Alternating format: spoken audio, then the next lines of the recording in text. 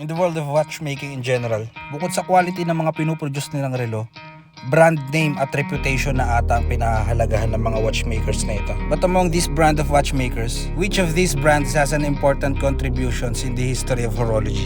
Take for example, first ever wristwatch was arguably made by Breguet. Seiko claims the Pulsar is the first ever digital watch. And guess what's the first watch to ever reach the moon? Historical yan for both science and engineering. In line with that, anong brand yun sa tingin yung unang gumamit ng titanium material sa mga watches nila?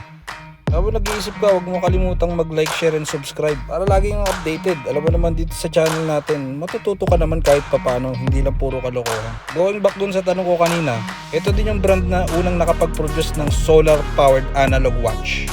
Habang nag-iisip ka o ginugoogle mo, may merienda muna ako ha.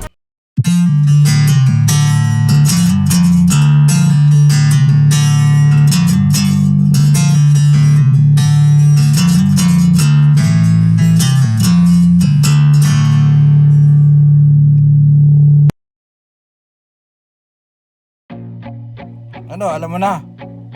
So, yung brand na yan ang pag-uusapan natin ngayon. Citizen was founded back in 1930. So, very rich in history na at going 100 years na sila, no? Kung sino pa ba yung kilala mong taong buhay na nung panahon na yan bukod kay Senator Enrile? So, si Citizen din yung first ever to use titanium materials doon sa mga watches nila. Na ngayon, ginagamit ng mga high-end brands kagaya ni Omega Seamaster tapos si Rolex doon sa Yachtmaster nila. I have a good friend that owns a Citizen watch for years and she has a lot of great stories about it. And to personally experience that, 3 stores ni Citizen ang binisita ko dito sa Metro Manila. So let's check what this brand has to offer. An odd way to start pero ito yung isa sa pinaka high-end din ng model eh. Check nyo yung full specs no, medyo high-end to eh. So check nyo kung value for money.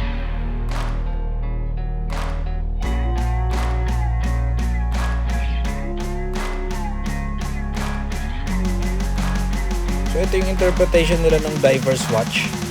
Meron kayong makikitang identical DNA dito sa mga popular brands, especially those brands from Japan. Ito yung mga entry-level models niya at cheap price. Take note lang hindi accurate yung mga makikita nyong prices dito Estimate prices lang to Pero definitely yung price talaga niya naglalaro lang sa ganitong range. To be more precise, syempre mas maganda kung bisitahin yung stores nila. Up to 8 PM bukas naman yung mga stores nila. Yan ito yung lineup nila ng Fujitsubo na model. So kung makikita nyo, may resemblance siya dun sa Submariner, di ba? Ito naman mukhang Samurai o kaya mukhang Yachtmaster. On that standpoint, this is what hurts me kasi some consumers thinks that Citizen lacks in design originality. And siguro why most consumers often overlook this brand is their heavy reliance on quartz movement. Sa mga collector kasi, yung mga medyo deep na sa pagrerelo, iniisip nila kasi pagka mga quartz, hindi siya collectible watches. And they oftenly perceive it as a gadget rather than a time measuring tool. But for me, that's very subjective, no? Kasi they also use titanium and sapphire. And both sapphire and titanium ain't cheap. And besides, even high-end luxury watch brands uses quartz movement. But what is excellent about Citizen watch is they uses Eco Drive technology. Citizen claims na yung power ng mga relo nila umaabot up to 5 years without the need of capacitor replacement. Ayan may mga model sila with chronograph.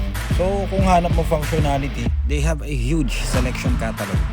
Same with maintenance. Kasi meron silang 2-year international warranty So at this price point, alam natin na we should be getting premium aftermarket service. Pwedeng panregalo. Or kaya kung bago ka sa pagrerelo, you can consider this as your first watch to start your collection journey. Ito yung mga models nila na medyo dress type. Before you start your journey of collecting watches, be flexible on your buying philosophy. Do not get confined dun lang sa brand na alam nyo.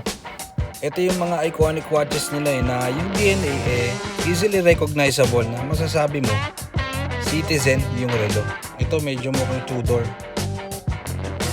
Ayan, so nakikita nyo naman yung architecture and design ni Citizen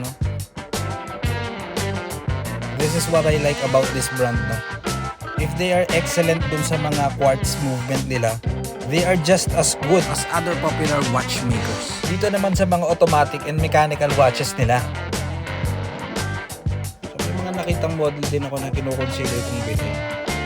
Kaso nung chinik ko yung pitaka ko, pambili na lang ng donut yung lang. Ito yung NJ2180. Alam ko kamukha ng Presage cocktail, but it is more economical. Diba? This model are conversational pieces. Ito yung kanilang one of the most advanced model. Check this one out. Subarashi. Ito, another innovation from Citizen. Yung kanilang mga radio-controlled watches na automatically nag-a-adjust yung oras ng relo depende sa time zone ng bansa na pinuntahan mo. Pero let me know kung may ibang existing brand na gumagamit ng ganong technology. Alam ko merong 2 Japanese brands na gumagamit. Between 15,000 to 50,000. Marami kayong pagpipilian. Ayan, titanium bezel yan, tapos sapphire crystal. Great value yan sa ganyang price point. In buying watches, you should see the beauty in each craft that these various watchmakers do.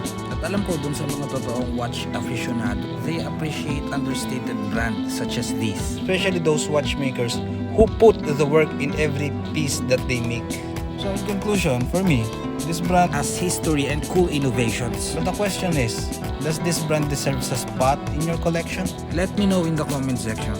Simula pa lang yan, marami pa tayong watch brands and stores na bibisitahin sa mga susunod nating episodes.